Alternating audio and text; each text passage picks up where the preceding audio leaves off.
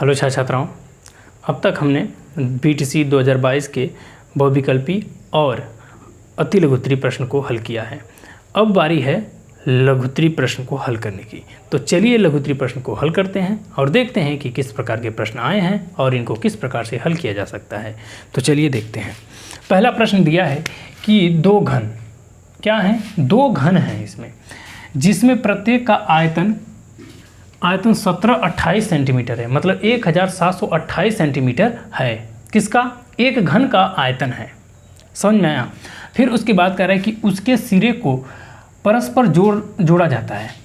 उनके जो सिरे हैं, जो दोनों घन हैं, उनको एक साथ जोड़ दिया जाता है। तो कह रहा है कि जो नए बने घनाभ, अब जो भाई घन मिल गए हैं, तो अब यहाँ पर सभी की भुजाएं बराबर तो है नहीं कि घन होंगी। अब तो ये बना गया क्या? घनाभ हो गया।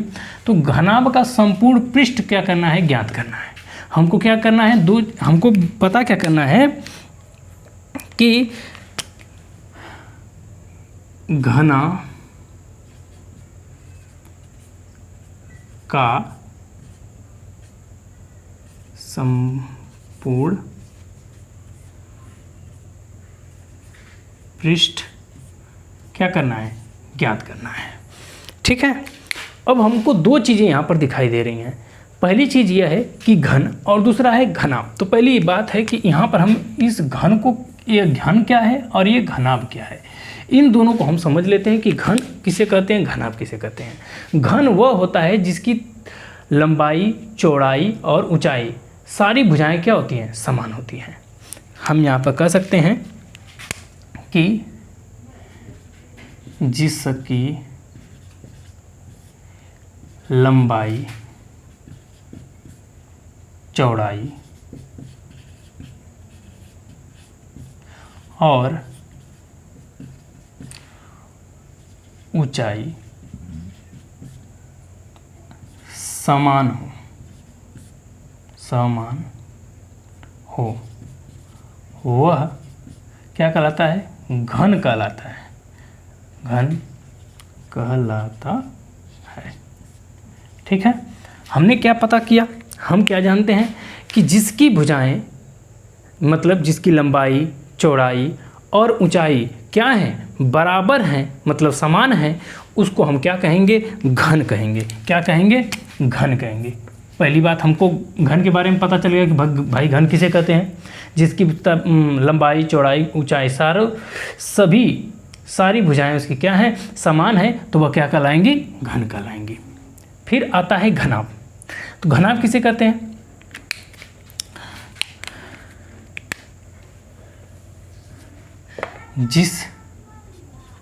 जिसकी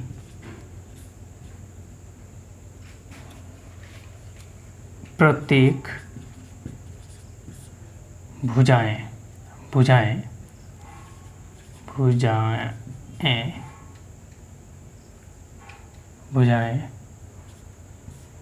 समान ना हो।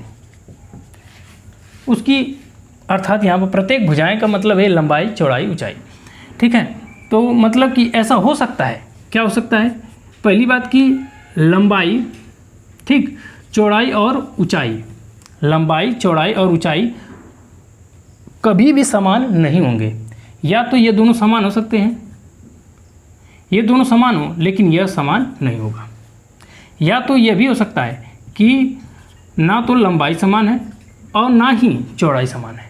इस प्रकार की कंडीशन आएगी। समझ में आया कि नहीं आया? मतलब कि हमको पहले पता चल गया कि घन किसे कहते हैं, घनाभ किसे कहते हैं। समझ में आया कि नहीं आया? अब यहाँ पर दिया गया है, कह रहा है कि जो घनाभ है, तो घनाभ के प्रत्येक का आयतन, घनाभ के प्रत्येक घन का आयतन कितना दिया है? 1728 सेंटीमीटर दिया है। ठीक है। तो अब हमको पहली पता क्या है कि घन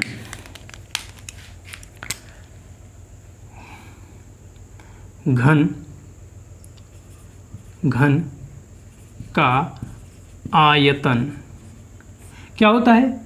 भुजा का क्या होता है? घन होता है। भुजा का क्या होता है? घन होता है। तब हमको क्या पहले क्या पता है? हमको आयतन पता है लेकिन यहाँ पर भुजा पता नहीं है, मतलब लंबाई चौड़ाई और ऊंचाई नहीं पता है।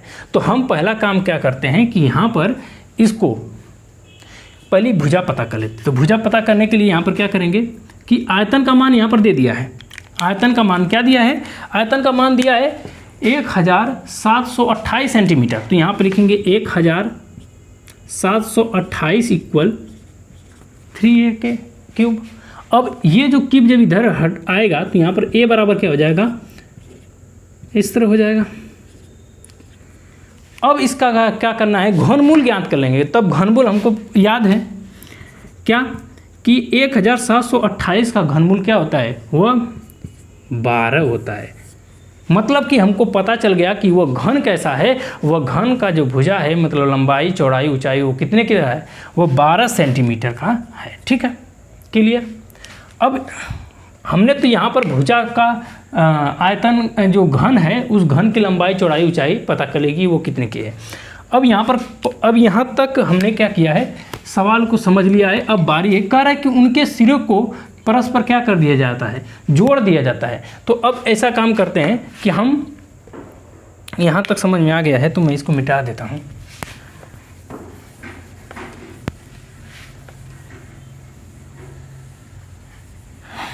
देखिए, जहाँ पर आपको समझ में नहीं आए तुरंत पूछिएगा। क्या बोला है कि भैया जो घन है, पहला ये जो घन था, उसी के साथ दूसरे को क्या कर देना है? जोड़ देना है। तो हमने क्या किया? इसी के साथ एक और घन को क्या कर दिया? जोड़ दिया। ठीक। तो अब यहाँ पर इस प्रकार की संरचनाएं हो जाएंगी। ठीक है। अब क्या करेंगे?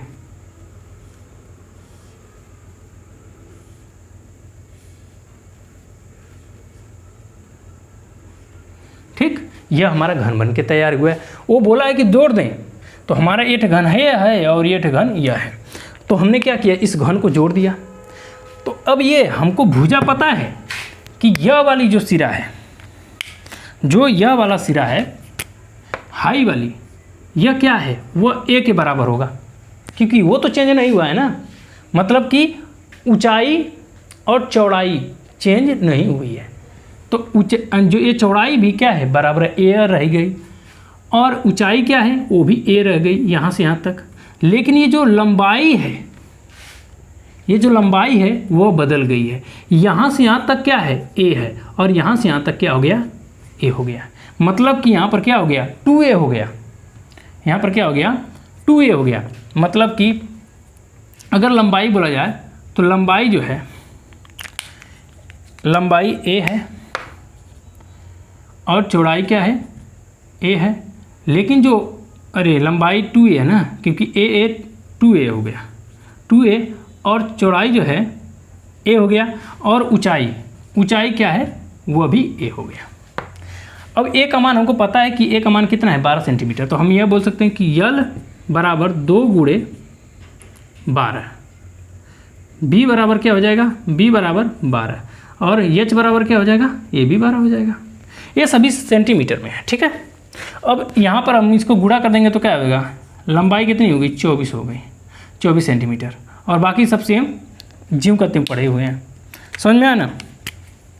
मतलब हमने पता कर लिया कि जो है घनाभ का जो लंबाई क्या है, चौड़ाई क्या है, ऊंचाई क्या है, हमने पता कर लिया कि एक जो घनाभ बना है, घनों को जोड़कर घनाभ जो बना है उसकी लंबाई कितनी है, चौड़ाई कितनी है और ऊंचाई कितनी है, सब हमको पता हो गया। अब बारी है कि घनाभ का क्या ज्ञात करना? घनाभ का पृष्ठ जो है, संपूर्ण पृष्ठ ज्ञात करना है। क्या ज्ञात करना है? संपूर्ण पृष्ठ ज्ञात करना है। तो संपूर्ण पृष्ठ का सूत्र होता है, संपूर्ण पृष्ठ का क्या सूत्र होता है? वह सूत्र होता है, यहीं पे लिख दे रहा हूँ, का सूत्र बराबर होता है कि 2 कोष्टक में लंबाई गुणे चौड़ाई धन चौड़ाई गुणे ऊंचाई धन ऊंचाई गुणे लंबाई, यह होता है सूत्र। ठीक है। यहाँ पर जो ये घनाभ का क्या सूत्र क्या होता है? संपूर्ण पृष्ठ का सूत्र क्या होता है? दो कोष्टक में लंबाई गुणे चौड़ाई धन चौड़ाई गुणे ऊंचाई धन ऊंचाई गुणे लंबाई होता है। तो तो अब यहाँ पर हम क्या कर लेंगे, इसका जो घनाभ का संपूर्ण क्षेत्र बराबर यहाँ पर लिख देंगे कि घनाभ का संपूर्ण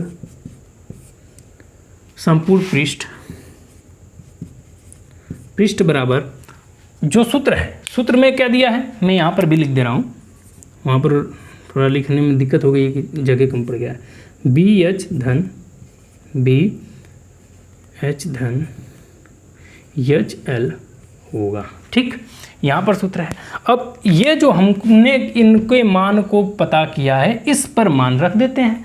तो जब हम मान रखेंगे तो क्या पाएंगे कि 2 गुणे 2 मतलब कोष्टक, 2 कोष्टक के बाहर है तो गुणा ना हुआ, यल की जगह पे क्या लिखना है 24 लिखना है, 24 फिर गुणे क्या है b बराबर क्या है 12 है, ठीक, b बराबर 12 है। फिर उसके बाद क्या है धन है, फिर उसके बाद क्या है b और h दोनों क्या है 12 गुणे 12 है, फिर धन ये भी क्या है 12, अरे यार यहाँ पर 12 गुणे 24, ठीक। अब यहाँ पर क्या कर लेते हैं, अब यहाँ पर इसका गुणा कर लेते हैं। तो गुणा यहाँ पर कर लेते हैं, क्या लिखा है 24 गुणे 12।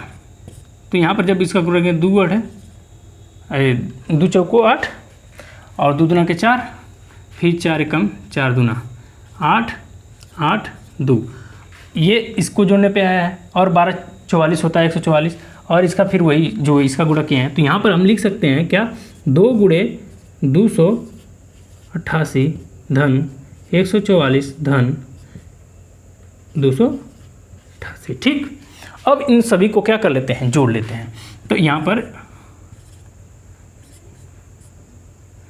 इन सभी को जोड़ लेते हैं, जोड़ेंगे तो क्या होगा 12 में 8 जोड़ेंगे तो क्या हो गया 20 हो गया, ठीक, 20 हो गया। और 12 में फिर जोड़ेंगे तो 20 20 2 22, और ये क्या है हो गया 5 5 2 7, 720 आ गया। तो यहाँ पर हमने क्या किया है, यहाँ पर आ गया 2 गुणे 720। अब यहाँ तक तो हमने पता कर लिया, और जब इसको गुणा कर देंगे तो 2 0 यहाँ 0, 2 दूना के 4, फिर 2 7 14, मतलब हमें जो पृष्ठ पूछा था, संपूर्ण पृष्ठ पूछा था, वो संपूर्ण पृष्ठ कितना आ गया, वो आ गया 1440 आ गया। समझ में कि नहीं आया समझ में? चलिए हम अगले प्रश्न की तरफ चलते हैं, तब तक हम इसको मिटा देते हैं। अब हमने 12वें वाले प्रश्न को हल कर लिया है, अब बारी है 13वां प्रश्न की। 12 को हल कर लिया, बारी अब 13वां की प्रश्न की। तो 13वां वाले प्रश्न में क्या लिखा है, 13 वाले प्रश्न में लिखा है कि नीचे दी गई सारणी में आंकड़ों का समांतर माध्य ज्ञात करना है। क्या ज्ञात करना है, समांतर माध्य। ध्यान यहीं पे देना है, क्या ज्ञात करना है, समांतर माध्य ज्ञात करना है, ठीक है। समांतर माध्य ज्ञात कीजिए। जो आंकड़ा यहाँ पर दिया है उसको लिख लेते हैं। सबसे पहला आंकड़ा क्या दिया है कि पहले पद दिया है, फिर हम बारंबारता दिया है। तो यहाँ पर लिखेंगे पद को यक्स आई से दर्शाते हैं, ठीक है, यक्स आई से दर्शाते हैं, ठीक। और उसके बाद है बारंबारता,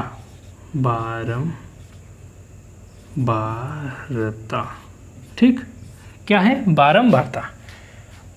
इसको हम किससे दर्शाते हैं, इसको यफ आई से दर्शाते हैं, ठीक है, यफ आई से दर्शाते हैं, ठीक है। और यहाँ से हमारा ये पद जो दिया था हमने लिख लिया। अब यहाँ पर अगला काम है हमारा है कि जो पद दिए थे इनको लिख लेते हैं।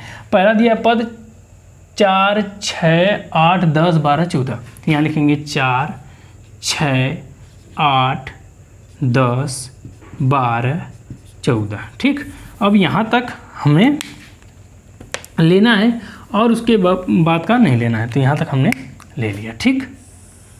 फिर इसको हम क्या करेंगे, इसको यहाँ पर बारंबारता को लिख लेंगे। बारंबारता के लिए यह है 3 4 2 2, 3 4 2 2, फिर उसके बाद क्या है 6 8 6 8, ठीक। यहाँ पर हमारा बारंबारता भी लिखा गया। अब देखिए यह क्या करना है, समांतर माध्य ज्ञात करना है। तो समांतर माध्य ज्ञात करने के लिए सबसे पहले हमको क्या करना है, पद और जो है बारंबारता का गुणा करके फिर उनका योग लिखना पड़ेगा। ठीक है, तो सबसे पहला काम करते हैं, यहाँ पर लिख देते हैं कि सिग्मा एफ आई गुणे यक्स आई।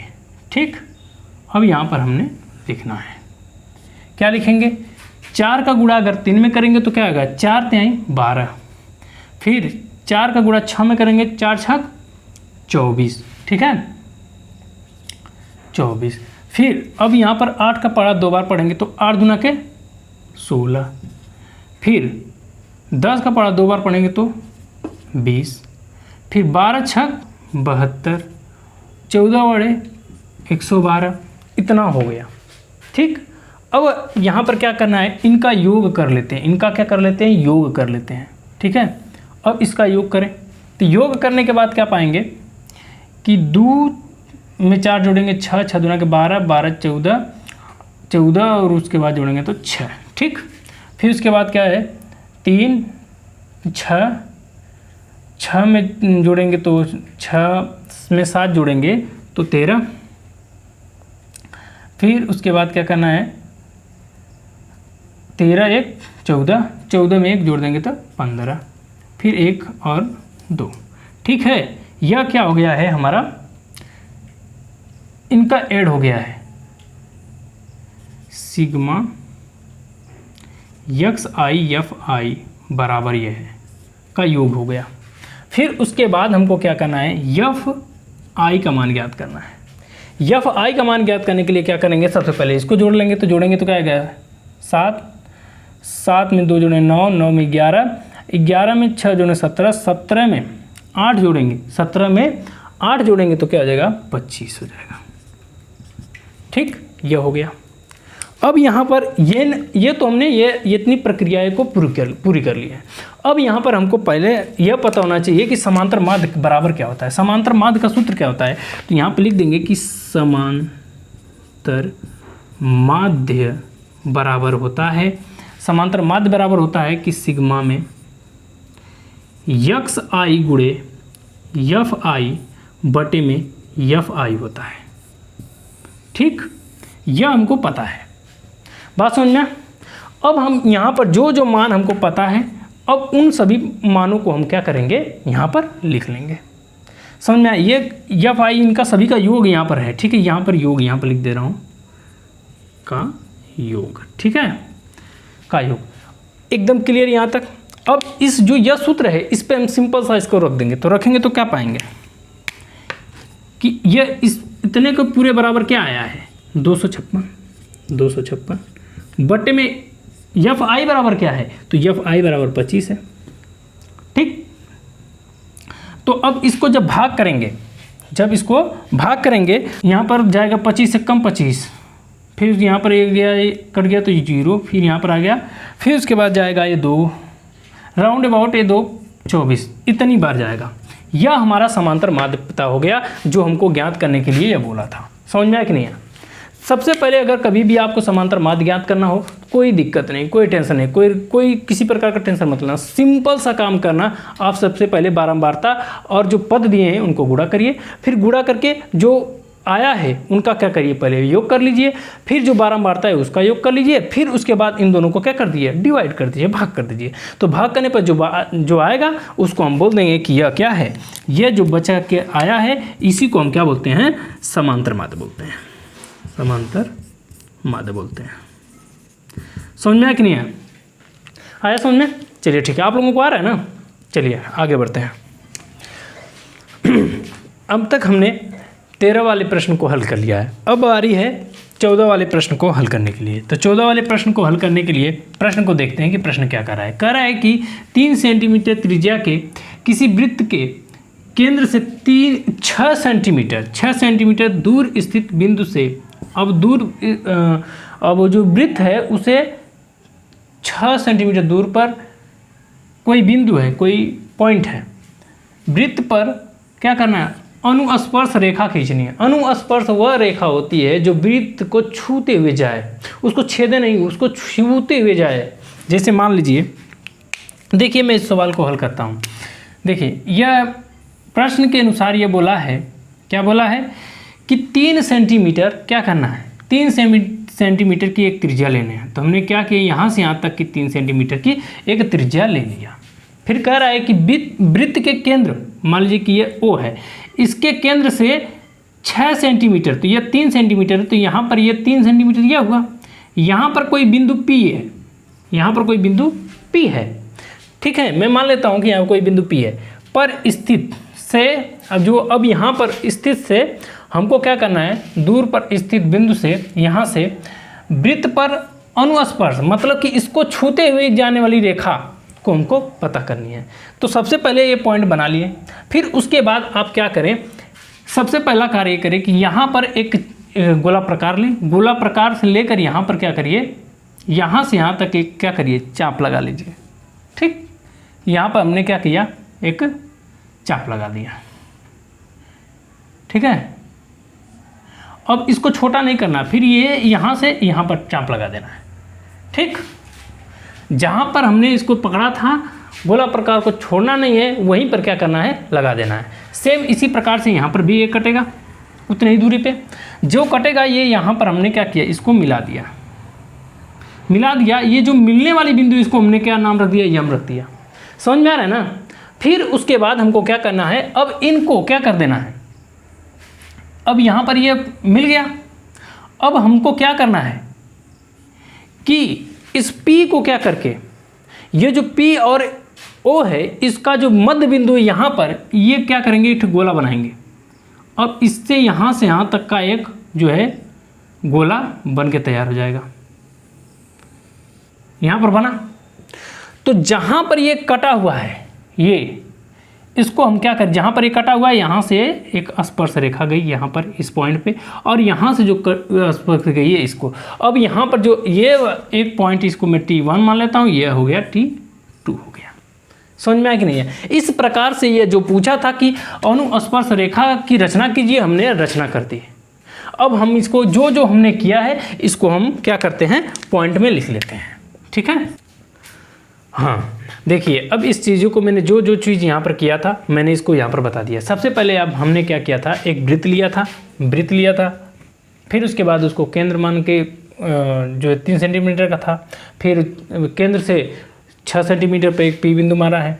फिर अब इसको जो है काटे हैं बीच से काटने के लिए हमने क्या किया, एक आधा से अधिक चाप लिए हैं, उसको काटे हैं यहाँ से यहाँ तक, फिर इसको इधर से सेंटर मार के यहाँ से काटे हैं।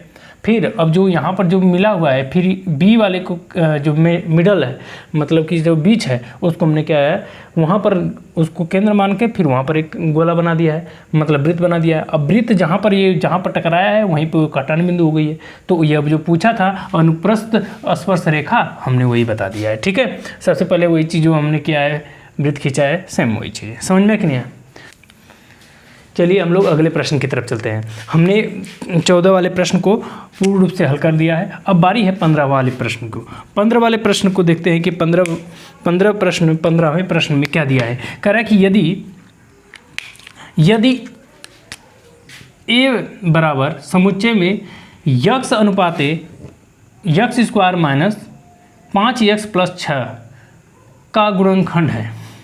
चलिए ठीक है, हमने पहले इसको क्या करना है, गुणनखंड कर लेंगे। फिर कह रहा है कि जो है b समुच्चय कोष्ठक में x + 2, एक कोष्ठक में x - 3 कर दिया है। फिर उसके बाद बोला है कि a इंटरसेक्शन b हमको ज्ञात करना है और a यूनियन b ज्ञात करना है। तो सबसे पहले हम ये जो अलग दिखाई दे रहा है, पहले इसको हम बदल लेते हैं। तो अब यहाँ पर हम पहले लिख लेते हैं कि जो हमको जो दिया है वो लिख लेते हैं कि दिया क्या है, a बराबर कोष्ठक में x² - 5x + 6 दिया है। ठीक है, अब ये देखिए यह एक प्रकार का गुणनखंड ही है, तो इसको गुणनखंड की तरह ही हल कर देते हैं। ठीक है, गुणनखंड की तरह हल करने के लिए सबसे पहले क्या करेंगे, यहाँ पर कुछ नहीं है, 1 है, तो 1 का गुणा 6 में करेंगे तो 6 आएगा। तो 6 को इस प्रकार से तोड़ा जाए कि गुणा करने पर वह लास्ट वाली संख्या 6 आए और जोड़ने या घटाने पर 5 आए। तो 2 × 6 होता है, और 2 और 3 को जोड़ा जाए तो क्या आएगा, 5 आ जाएगा। ठीक है, तो हम इसको हल कर लेते हैं। तो करेंगे तो क्या आएगा, x², फिर उसके बाद क्या लिखेंगे कि 3x माइनस 2x प्लस 6। ठीक, समझ में? एक कोष्टक में यहाँ पर बंद। अब यहाँ पर क्या करेंगे, अगले पड़ाव में अब यहाँ से कॉमन ले लेंगे, तो कॉमन लेंगे तो क्या आएगा, x कॉमन आएगा, फिर यहाँ पर कर देंगे x माइनस 3, फिर यहाँ पर आ गया -2 कॉमन आएगा, क्योंकि कॉमन वह संख्या होती है जो दोनों को काटे और ऐसा काटे कि उसको दोबारा न काटा जा सके। ठीक है, अब यहाँ पर कर लें तो यहाँ पर आगे बचेगा x, फिर यहाँ पर 3 बार में जाएगा, ये प्लस माइनस माइनस हो जाएगा। ठीक है, अब यहाँ पर क्या हो गया 3, ये कोष्टक बंद। ठीक है, ये 3 समझ नहीं है, कोष्टक बंद। ठीक, अब बारी है इसको और इसको एक साथ में करने की, तो हमने क्या किया, x माइनस 2 को एक साथ ले लिया और x माइनस 3 को एक साथ ले लिया और यहाँ पर कोष्टक बंद। ठीक, अब हमने क्या किया है, इसका भी गुणनखंड ज्ञात करके हमने इस प्रकार से ला दिया है, और ये तो b वाला जो है, b का समुच्चय सीधे उसी रूप में दिया हुआ है। मतलब कि हम यहाँ पर लिख सकते हैं कि a बराबर समुच्चय x माइनस 2 कोष्टक में x माइनस 3 कोष्टक में है। ठीक है, समझ में? और b का मान क्या दिया है, b बराबर दिया है कि x प्लस 2 कोष्टक में x माइनस 3, फिर कोष्टक बंद। फिर हमको क्वेश्चन में क्या बोला है कि आप इसका क्या करिए, पहले इंटरसेक्शन ज्ञात कर लीजिए। इंटरसेक्शन वह होता है जो दोनों में वह संख्या, इंटरसेक्शन का अर्थ होता है कि वह संख्या जो समुच्चय a और समुच्चय b दोनों में मिलता है उसको हम बोलते हैं इंटरसेक्शन।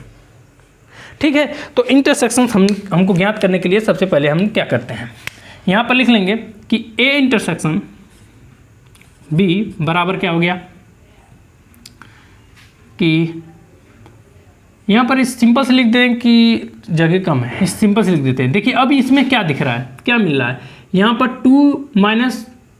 x माइनस 2 दिया है, यहाँ पर x प्लस 2 दिया है, ये तो मिल ही नहीं रहे हैं, इनको छोड़ दीजिए। और यहाँ पर क्या है, -3 है, -3 x माइनस 3 ये दोनों क्या है, सेम है, तो यहाँ पर हम क्या लिख देंगे, समुच्चय x माइनस 3 यह क्या है, इंटरसेक्शन है। अब हमको क्या ज्ञात करना है, आगे बोला है कि आप इसका यूनियन ज्ञात कर लीजिए। यूनियन किसे कहते हैं, यूनियन वह संख्या होती है जो मिले उसको भी लिखें और जो न मिले उसको भी लिख देना वहाँ पर। तो अब यहाँ पर क्या कर देंगे, a यूनियन b बराबर क्या होगा, समुच्चय। अब देखिए x माइनस 2 यहाँ पर दिख रहा है, x माइनस 2 नहीं दिख रहा है, तो फिर भी इसको हम क्या करेंगे, यहाँ पर लिखेंगे, समझ में आया ना, यहाँ पर लिख दिए x माइनस 2 लिख दिया। अब एक बात बताइए, आगे क्या है, x माइनस 3, तो यहाँ पर लिख देंगे x माइनस 3। अब एक बात बताइए, यहाँ पर x माइनस 3, यहाँ पर x माइनस 3, तो ये तो लिखा गया, मतलब ये भी लिखा गया है, ये भी लिखा गया है और ये भी लिखा गया है। बचा कौन, x माइनस 2, यहाँ पर भी नहीं है, यहाँ पर भी नहीं, मतलब यहाँ पर ही सिर्फ है, तो यहाँ पर लिख देंगे x प्लस 2, यहाँ पर समुच्चय तैयार। हमने यूनियन बोला था, हमने यूनियन ज्ञात कर लिया, और जो है इंटरसेक्शन पूछा था, हमने इंटरसेक्शन भी बता दिया। समझ में? जो भी नई सवाल समझ में आए, जो भी जिस प्रकार की आपको समस्या हो, तुरंत आप हमसे पूछें, हम तुरंत आपको बताने का प्रयास करेंगे। ठीक है, और आप लोग तुरंत हमसे पूछ सकते हैं, जिसको जहाँ पर नहीं समझ में आप लोग तुरंत पूछिए। ठीक है, चलिए अगले प्रश्न की तरफ चलते हैं। हमने 15 वाले प्रश्न को हल कर लिया, 14 वाले सभी प्रश्नों को यहाँ तक हल कर दिया। अब बारी है 16 वाले प्रश्न को। तो यह कह रहा है कि सिद्ध कीजिए, मतलब इसको हमको क्या करना है, हल करना है, सिद्ध करना है। तो सिद्ध क्या करना है कि बड़का कोष्टक, मझला कोष्टक और छोटे कोष्टक में क्या दिया है, -3/2 दिया है। कह रहा है कि उसका होल स्क्वायर कोष्टक बंद, बड़का कोष्टक बंद, उसके ऊपर दिया है -3। इस सवाल को पहले उतार लेते हैं, तो सवाल हमको क्या दिया है कि कोष्टक में -3/2 का होल स्क्वायर, फिर उसके बाद कोष्टक बंद, फिर यहाँ पर कोष्टक बंद के ऊपर माइनस। ठीक है, सबसे पहले हमको बता दिया गया है, हमको सबसे पहले पता है कि हमको सबसे पहले क्या हल करना चाहिए, रेखा कोष्टक हल करना चाहिए, उसके बाद छोटा कोष्टक, उसके बाद मझला कोष्टक, उसके बाद बड़ा कोष्टक हल करना चाहिए। ठीक है, तो हम सबसे पहले क्या करते हैं कि जो सबसे छोटा कोष्ठक है इसको हटा देते हैं, मतलब इसको निपटा देते हैं। तो चलिए निपटाते हैं। तो अब यहाँ पर क्या करेंगे, कोष्ठक बंद। अब यहाँ पर क्या रहा है कि स्क्वायर, स्क्वायर का मतलब एक ही संख्या का 2 बार गुणा कर दीजिए। तो हम क्या करते हैं, यही संख्या है ना, तो -3/2 गुणे -3/2 का क्या कर दीजिए, गुणा कर दीजिए यहाँ पर, ठीक। कोष्ठक बंद, उसके ऊपर क्या है -3। अब एक बात देखिए, यह माइनस, ये भी माइनस माइनस माइनस क्या हो गया, प्लस हो गया। और ये यहाँ पर क्या हो गया, 3 3 के 9 और 2 2 के 4, ठीक। तो अब यहाँ तक हमने निपटा दिया। तो बचा क्या, कोष्ठक में 3 3 के 9 2 2 के 4, ठीक। अब ये कोष्ठक बंद, यहाँ पर क्या लिखा है, माइनस दिया है। ये सीधे रहता तो हम सीधे सीधे 3 बार गुणा कर देते, लेकिन यहाँ पर ये जो दिख रहा है ये दिक्कत कर रहा है। तो सबसे पहले हम क्या करते हैं, इस माइनस को ही हटा देते हैं। अगर माइनस को हटा देंगे तो हमारा दिमाग, हम इसको हल करने के लिए सक्षम हो जाएंगे। तो सबसे पहले इस माइनस को हटाएंगे। जब माइनस को हटाएंगे तो अंश जो है हर हो जाता है और हर जो है अंश हो जाता है, ठीक है। ये इसकी प्रक्रिया क्या है, इसको हटाएंगे तो कैसे हटाएंगे, चलिए देखिए हटाते हैं। अब इसका कोष्ठक में सीधे इसको दे देता हूँ, ठीक है। इस मझले कोष्ठक को भी हटा देता हूँ और जो है बड़े कोष्ठक को भी हटा देता हूँ। बड़े कोष्ठक को रहने देता हूँ, मझले कोष्ठक हटा देता हूँ। जब हटाएंगे तो क्या पाएंगे कि मझले कोष्ठक में 1/, यहाँ पर जब माइनस को हटाने के लिए हमने क्या किया, 1 को बटे में लिख दिया। फिर उसके बाद क्या है, 9/4 कोष्ठक के ऊपर क्या आ गया, 3। समझ में आया। अब ये क्या है, 1 है, ये इसके तो बटे में है लेकिन इसके बटे में नहीं है, तो मैं मान लेता हूँ कि 1 है।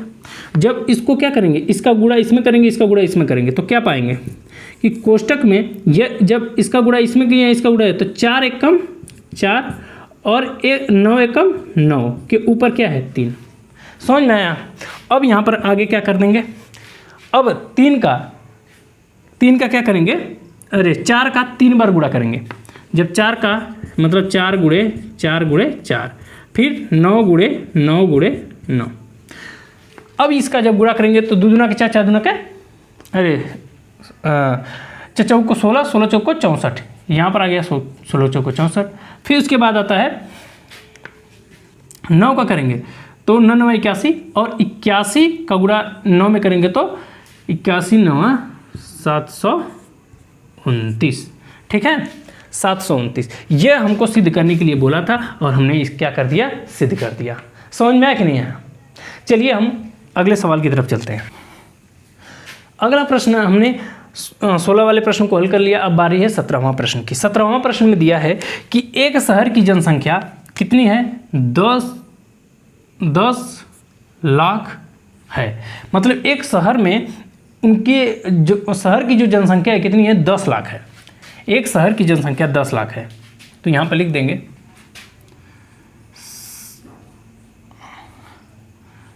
शहर की कुल जनसंख्या कितनी है, 10 लाख। 10 लाख जनसंख्या है। अब क्या हुआ कि वो बढ़ने लगा, बढ़कर वो जनसंख्या कितनी हो गई, 3 वर्षों में, ठीक है। 3 वर्षों में समय कितना लगा, समय लगा कितना, 3 वर्ष लगा। और 3 वर्ष में क्या हो गई, वो जनसंख्या बढ़ के 3 वर्षों में वो जनसंख्या बढ़कर कितनी हो गई, 11 लाख जनसंख्या कितनी हो गई, बढ़कर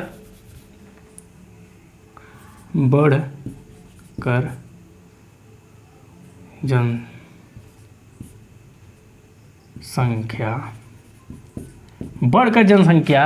11,57,625 हो गई। अब बढ़ के यहाँ पर क्या हो गया,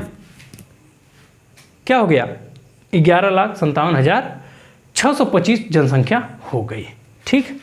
कह रहा है तो वर्ष दर जो है हमको क्या करना है, वार्षिक दर हमको क्या करना है, ज्ञात करना है कि एक वर्ष में जो है इसकी जनसंख्या कितनी बढ़ी है। तो चलिए सबसे पहला कार्य ये करते हैं कि इस सभी प्रश्नों को हल करने के लिए, इसके लिए यहाँ पर हमको चक्रवृद्धि का सूत्र लगाना पड़ेगा। ठीक है, चलिए हम लोग इसको हल करते हैं। चक्रवृद्धि का सूत्र लिख लेते। तो वृद्धि बराबर क्या होता है, मूलधन कोष्ठक में 1 प्लस दर बटे 100 के ऊपर वर्ष। ठीक है, अब यहाँ पर हमको यह सूत्र पता है। ठीक, अब यहाँ पर हम आगे क्या करते हैं, जो जो हमको मान पता है सारे मान को हम क्या कर लेते हैं, यहाँ पर लिख लेते हैं। ये अब आगे करते हैं। अब आगे देखते हैं कि क्या है। अब ये जो मूलधन है हमारा 10 लाख था, और ये जो है कितना है, बढ़कर जो जनसंख्या कितनी हो गई, 11,57,000। तो अब यहाँ पर क्या कर लिखेंगे कि 11,57,625 बराबर 10 लाख, फिर यहाँ पर लिखेंगे 1 प्लस दर कितना है, दर यहाँ पर ना है, दर हमको दर दिया ही नहीं है, दर नहीं पता है, तो यहाँ पर दर को सीधे हम मान लेते हैं कि R, यह क्या है, दर है। दर हमको पता नहीं तो इसको रहने देते हैं। फिर यहाँ पर 100 है तो 100 लिख देंगे। फिर आगे क्या लिखा है, वर्ष कितना वर्ष लगा, 300 वर्ष, 300 का 3 वर्ष लगा। ठीक है, 3 वर्ष लगा। तो अब यहाँ पर क्या करते हैं, अब यहाँ पर हल कर लेते हैं। देखिए ये जो है यहाँ पर क्या है, गुणा का चिन्ह, जब गुणा इधर आएगा तो भाग हो जाएगा, तो सिंपल से हम क्या कर लेते हैं, भाग कर लेते हैं। तो अब यहाँ पर हमने भाग किया तो 11,57,625 बट्टे 10 लाख। ठीक, अब यहाँ पर क्या करेंगे, इसको यही तरह रहने देते हैं। ठीक, इसी तरह रहने देते हैं। अब यहाँ पर भाग कर लेंगे। जब भाग करेंगे तो यह वाली जो पॉइंट जहाँ तक कितना 0 है, सीधे यहाँ से गिनते हुए लेकर आके यहाँ पर लगा देंगे। ठीक है, तो अब यहाँ पर लगा देंगे तो क्या होगा कि 1.17625 बराबर 1 प्लस बट्टे 100 का क्यूब। यहाँ तक समझ में आया। अब देखिए यह जो घन है, मतलब जो ये क्यूब है, क्यूब क्या करते हैं, इसको हम दे देते हैं इसको पास। जब ये इसके पास आएगा तो क्या हो जाएगा कि कोष्ठक में 1/752, फिर उसके बाद क्या है 1 प्लस R/100। ठीक, यहाँ तक समझ में आया। अब इसका जो है हमने क्या करना है, क्यूब निकालना है। तो जब क्यूब निकालेंगे तो हम पाएंगे, यहाँ पर लिख दे रहे हैं कि जब हम इसका क्यूब निकाले हैं तो आया है 1.5 आया है, 0.5 आया है, 1.05 आया है। और बराबर में क्या है, बराबर में 1 धन बटे 100। यह जो 1 जब इधर आएगा तो क्या हो जाएगा, माइनस हो जाएगा। तो अब 1 इधर गया तो क्या हो जाएगा, माइनस हो जाएगा। तो यहाँ पर 1.05 माइनस 1 बराबर क्या हो गया, R/100 हो गया। समझ में आ रहा है ना। अब यहाँ पर क्या करें, इसको घटा देंगे तो क्या आएगा, इसको घटाने पाएगा 0.05 बराबर R/100 होगा ना। अब देखिए R तो यही जरा गया, R यही जरा गया, लेकिन एक जब 100 का गुणा जब इसमें करेंगे तो 0.05 गुणे 100 करेंगे, जब गुणा करेंगे तो क्या आ गया, R बराबर आ गया 5%, मतलब 5 वर्ष। ठीक है, 5 वर्ष। ठीक, तब हम यहाँ पर लिख देंगे, हमको जो पता क्या करना था कि भैया वर्ष की दर क्या है, एक वर्ष में कितना दर से बढ़ रहा है वो। तो हम यहाँ पर लिख देंगे कि अतः 5% वार्षिक दर से जनसंख्या क्या बढ़ रही है। ठीक है, हम यहाँ पे लिख देंगे कि 5% के वार्षिक दर से जो है जनसंख्या क्या हो रही है, बढ़ रही है। तो यहाँ पर समझ में आया, जिसको जहाँ पर नहीं समझ में आया तुरंत पूछ ले। ठीक है, चलिए हम लोग अगले सवाल की तरफ चलते हैं। अगला सवाल क्या दिया है, अब हम लास्ट ये 17 वाले के लिए अब लास्ट प्रश्न बचा हुआ है। कह रहा है कि एक दीवार की लंबाई 5 मीटर है, दीवार की लंबाई कितनी है? 5 मीटर। यहाँ पर लिख देंगे दीवार की लंबाई बाई कितनी है? 5 मीटर है। ठीक है, उसकी लंबाई कितनी है? 5 मीटर है। फिर कह रहा है कि उसकी ऊंचाई कितनी है? 3.5 मतलब 3.5 है। दीवार की क्या ऊंचाई कितनी है? 3.5 मीटर है। ठीक, आगे लिखा है तथा उसकी मोटाई, जो कितनी मोटी है दीवार, तो उसकी मोटाई कितनी है? मोटाई 33 सेंटीमीटर है। 33 सेंटीमीटर है। 33 सेंटीमीटर है। ठीक, कह रहे कि भैया ये जो दीवार हमको तैयार करनी है वो इस प्रकार से तैयार करनी है।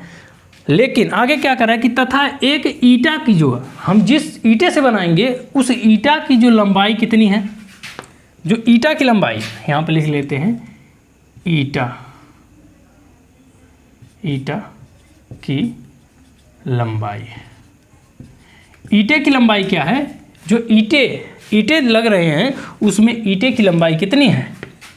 यहाँ पर छोड़ो, जाने दो, ईंटा तो या ईंटे की लंबाई कितनी दिया है? 25 सेंटीमीटर दिया है। 25 सेंटीमीटर दिया है। और चौड़ाई कितनी दिया है? चौड़ाई कितना दिया है? चौड़ाई दिया है 10 सेंटीमीटर। 10 सेंटीमीटर। ठीक है, 10 सेंटीमीटर।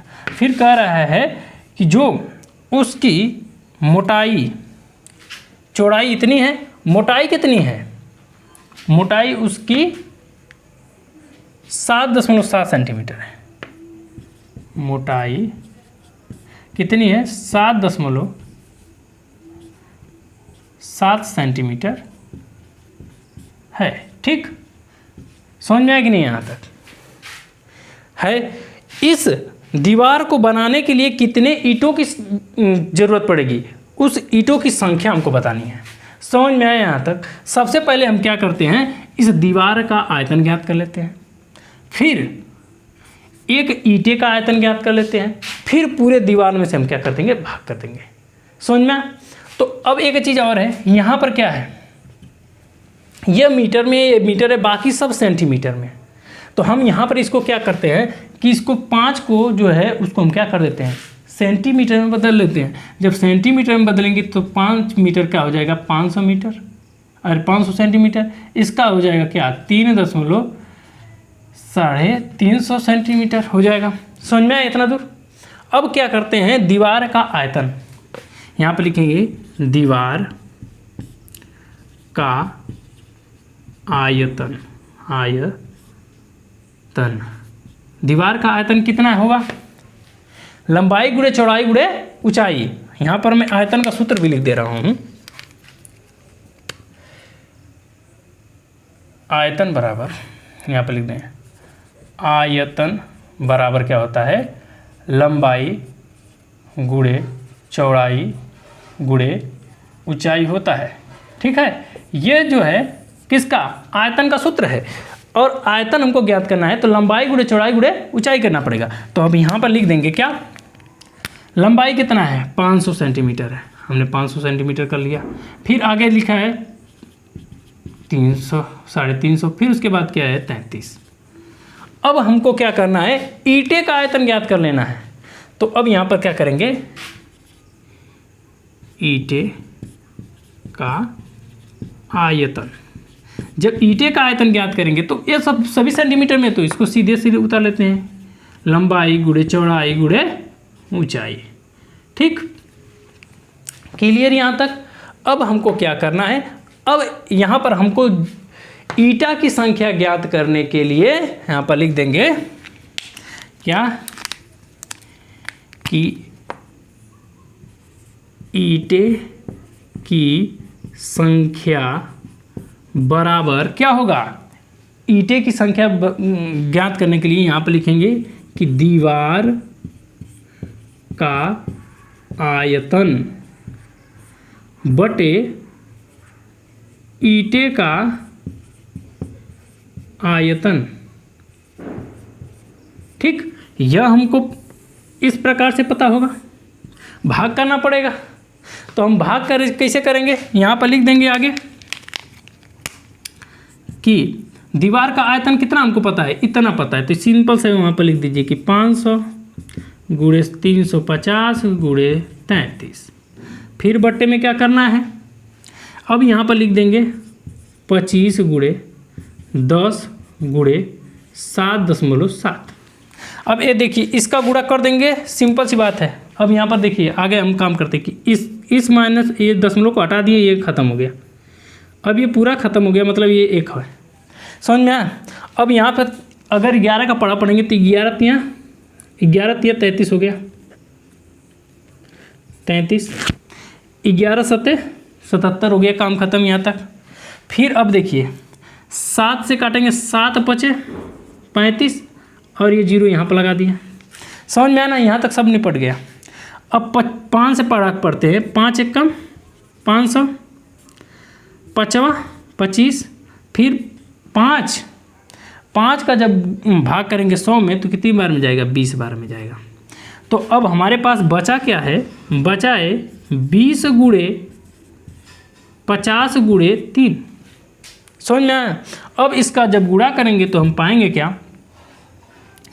कि 20 का गुणा 50 में करेंगे तो कितना हो जाएगा, पहले इसका गुणा इसमें कर लेते, तो ये आ गया 20 गुणे 150। अब इसका 15 दूना के 30, यहाँ पर लिखेंगे 20 गुणे 150 बराबर 15 दूना के 30। ये वाला समाप्त हो गया, 1 0 ये 2 0 यहाँ पर लगा देंगे। ये हमारा आंसर हो गया। मतलब कि हमको उस दीवार को तैयार करने में 3000 ईंटें लगेंगे। अब यहाँ पर लिख देंगे, ठीक, अतः उस दीवार को तैयार करने के लिए कितना, 3000 ईंटें लगेगा। ठीक है, यह हमें पता करना था, हमने पता कर लिया। मतलब कि हमें उस दीवार को तैयार करने में 3000 ईंटें लगेंगे। ठीक है।